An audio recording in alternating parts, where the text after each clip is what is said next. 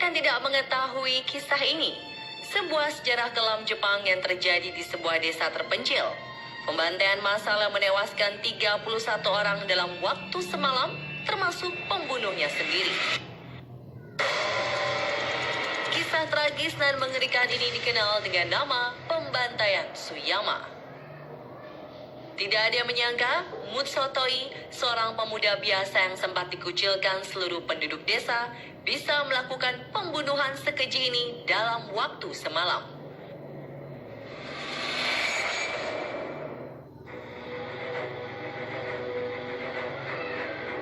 Mutsutoi lahir pada 5 Maret 1917 di prefektur Okayama, Jepang.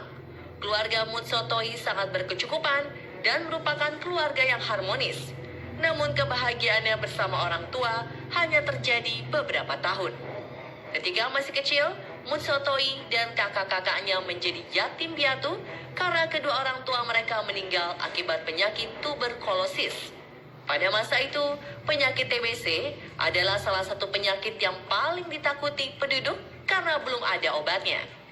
Mutsutoi dan kakaknya harus pindah ke desa kecil bernama Kamo, tempat tinggal nenek mereka.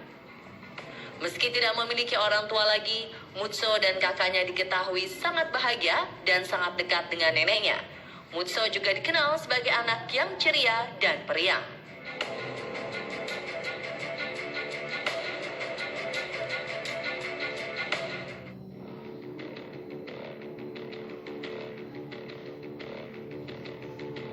Lambat laun, Mutso yang tadinya periang dan bersahabat berubah drastis di usia 17 tahun.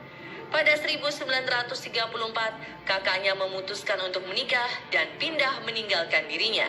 Mutso yang kehilangan figur kakak berubah jadi pendiam dan suka mengurung diri. Para tetangga menilai dia berubah menjadi hikikomori atau antisosial. Fenomena hikikomori memang kebanyakan dialami oleh remaja pria di Jepang saat usia mereka menuju 20 tahun. Saat memasuki fase mencari jati diri di tengah kegalauannya, Mutso dihadapkan dengan beberapa peristiwa besar. Pada 1936, sebuah pembunuhan keji terjadi. Seorang geisha bernama Sada Abe membunuh kekasihnya dan tertangkap 3 hari setelah membunuh. Tertarik dengan kasus Sada Abe, Mutsutoi mengumpulkan informasi tentang Sada Abe dan menulis sebuah buku tentang pembunuhan tersebut. Namun saat itu, baik nenek maupun warga yang mengenalnya tidak menyadari. Perilaku ini sebagai sebuah tanda-tanda tumbuhnya ketertarikan Mutso terhadap pembunuhan. Karena kasus Sada Abe saat itu sangat terkenal dan semua orang tertarik membacanya.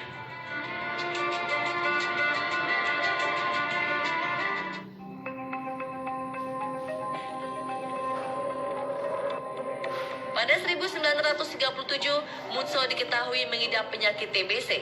Saat itu, TBC belum ada obatnya dan menjadi salah satu penyakit yang paling mematikan di dunia. Para wanita yang tadinya menerima Mutso saat melakukan yobai, kini semua menolaknya. Tidak hanya itu, Mutso pun menjadi pembicaraan satu desa. Meski masih ada wanita yang menerimanya saat melakukan yobai, Mutso berpikir mereka juga membencinya. Mengidap penyakit TBC yang saat itu sulit disembuhkan, ditambah lagi dikucilkan dari desa, Mutsutoi berpikir bahwa hidupnya sudah berakhir. Karena itu tidak ada ruginya membunuh orang-orang yang sudah membuatnya dikucilkan. Mutso pun merencanakan pembunuhan dan membicarakan rencana ini kepada tetangganya. Dia sama sekali tidak menyembunyikan apa-apa. Dia juga memberitahukan bahwa ada senjata tersimpan di rumahnya. Mendengar cerita ini, tetangga pun melapor ke polisi. Mereka juga menyita senapan yang ada di rumah pria penyendiri ini. Sadar bahwa tidak ada lagi yang bisa dipercaya, Mutso pun kembali merencanakan pembunuhan tanpa menceritakan kepada siapapun. Bahkan tidak ada seorang pun yang tahu bagaimana dia mendapatkan senjata yang baru.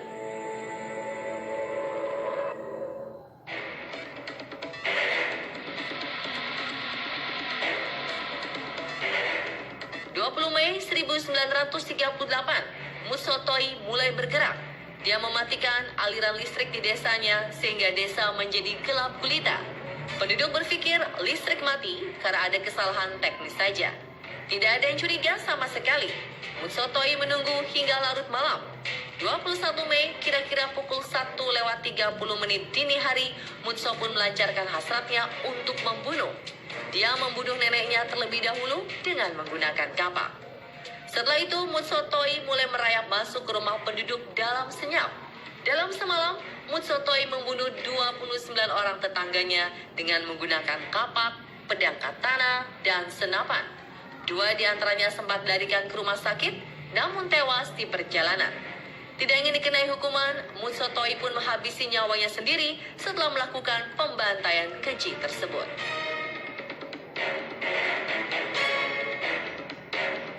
Dan pemirsa, itulah kilas kisah pembantaian Suyama yang kini menjadi sejarah kelam negeri Sakura. Pembunuhan massal ini adalah salah satu pembantaian paling keji sepanjang sejarah Jepang. Kisahnya pun sempat difilmkan dengan judul Diamond Village, sebuah tragedi yang lahir dari penderitaan sang pria penyendiri.